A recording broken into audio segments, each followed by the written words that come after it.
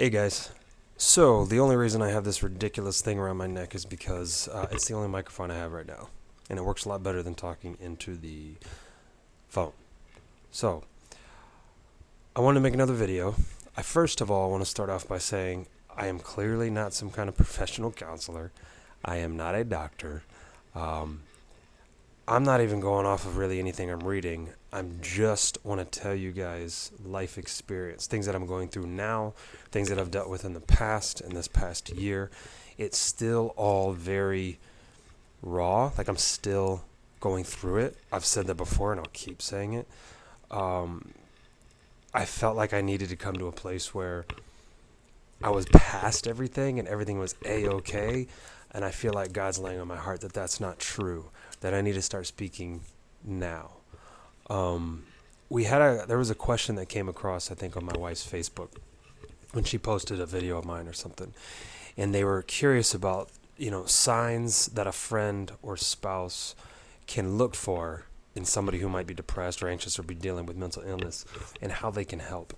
So I'm going to talk about depression. There's other things and other avenues we can go. There's severity, what's more severe, what's not. What do you do about severe cases versus not so severe? I'm just going to talk right now let's just talk about depression. Someone who's depressed, I'll just jump right into it. Someone who's depressed probably sleeps in a lot. I do have notes.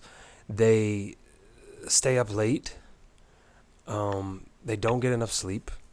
And again, all of these things are not like if you go through something hard at work, if you go through a breakup in a relationship, if you lose a loved one, you're obviously going to you're going to see a lot of these signs and things, but they shouldn't last forever. Like people eventually should get better. And if they're not, if these are things that are becoming a habit then that's when you need to worry and start getting involved. So back to the sleep thing. Any excuse to nap or lay down all the time. If someone comes home from work and just doesn't shower, doesn't shave, doesn't take care of themselves on a day-to-day, doesn't cut their hair or shave their beard or whatever the case may be, that should raise some alarms. I'm not saying, again, that they don't just have a bad couple days, but if they continually come home, they just kind of jump on some PJs and they want to just sit on the couch and they won't interact with the kids and they want to just, whatever the case may be, if they do that day in, day out, weeks and months at a time, that should cause some kind of alarm. So sleep is one of them, and you need sleep. You've got to have sleep. It's like a double-edged sword. They think they don't need sleep. They want to stay up.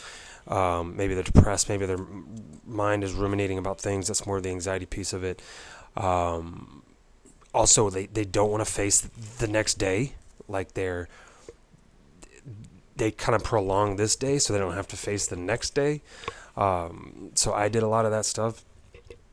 So these are things also that I'm explaining that like not only it's good for everybody. It's good for somebody who can maybe identify these things in themselves and good for somebody who might be able to identify things in someone else. So the next thing is they're apathetic about doing anything. I mean anything. Not just like they have a day here or there where they're like, that's not really my thing. I think I'll stay home. No, I mean like it's a starts to be a pattern of not wanting to go anywhere, not wanting to do anything. They just want to be at home. They might use the excuse, well, I just need some me time. And that's okay here and there. But if it becomes a pattern, then there's an issue there. Especially if they become apathetic about things that they normally would like to do. Hobbies, interests, fun stuff, whatever it may be. When they start getting apathetic about that and they don't want to do those things, that is a problem. And again, people are going to go through those seasons, like maybe after losing a loved one, maybe after something tragic happened, maybe just a bad week at work. That's fine. Like depression comes and goes, like sadness, anxiety. I mean, like in a way, we're meant to experience some of those things, but it shouldn't be prolonged and it shouldn't be for a long amount of time. So that's some things. If they don't want to commit to anything, they don't want to commit to go out with anybody. They don't want to commit to activities or outings. That's also a sign. when they, if someone is judgmental or negative about everything, um, I mean, truly, just seems like they're just negative Nancy, like they're just constantly complaining about something, constantly pointing out the negative, can't see the bright side of anything. Uh, that can be a sign of depression. I just used to say stuff like, well, that's just me, that's just how I am, whatever. Some of that's true, but when it becomes like when everything bothers them, when everything is a negative comment, that can be a sign. They also have less interest in work. I mean, work can be hard, work gets stressful. I'm not saying one day they're just like, ugh, I don't want to go to work today. That happens. But if it becomes like a thing, if they start calling in a lot, if I'm trying to think of an example. Basically, they start losing interest in work. Also, loss of appetite is one. I had some medical things going on. I don't know if it was just that or the depression, but I lost my appetite for a while, and I lost like 30 pounds. Uh, Went pale, just look horrible in the eyes. So that's another one. Um, how do you help these people? That's a question I'll continue to wonder myself. Also, on a side note, my wife is going to write um, a blog or a post or something about her experience and how, in signs of someone who's depressed or anxious, signs, that she saw, probably different and somewhat overlapping also of the things I'm talking about. Um, some of the ways you can help is and this is someone that you're close to, so someone you're really good friends with. Some of these things you don't want to do with somebody who you don't really know that well. Some of you don't know that well. You can ask them vague questions or, lighthearted or somewhat shallow questions and then just pray for them. But someone you do know well, someone who's a spouse, someone who's a best friend, you want to get them out of the house, even if they insist not to.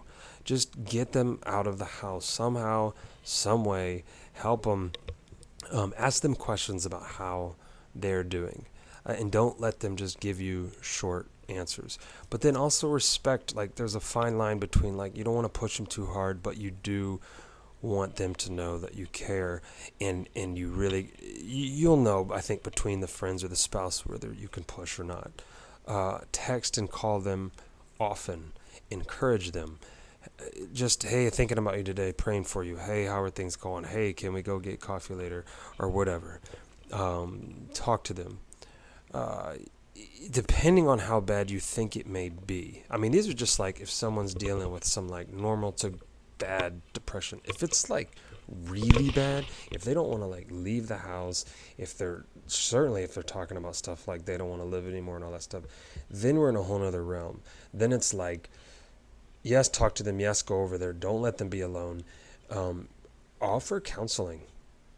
Offer, you know, suggest to them that they should go to counseling, and that if they want to, then maybe you will go with them. If money's an issue, maybe help them research, you know, cheap counseling or whatever. You might have to even sign them up with a counselor. Find one. Sometimes you gotta push someone who's depressed gently and lovingly into doing stuff that they don't feel like doing. Because when you are depressed, you don't want to do anything. You don't want to get off the couch. I mean, it's not just like a mental thing. It just, your whole body freezes up. So, these are just some things that I wanted to talk about, that I wanted to mention. Again, this conversation is ongoing, but I wanted to kind of direct some of an answer to the person who was asking the question. You guys have a great day. Thank you.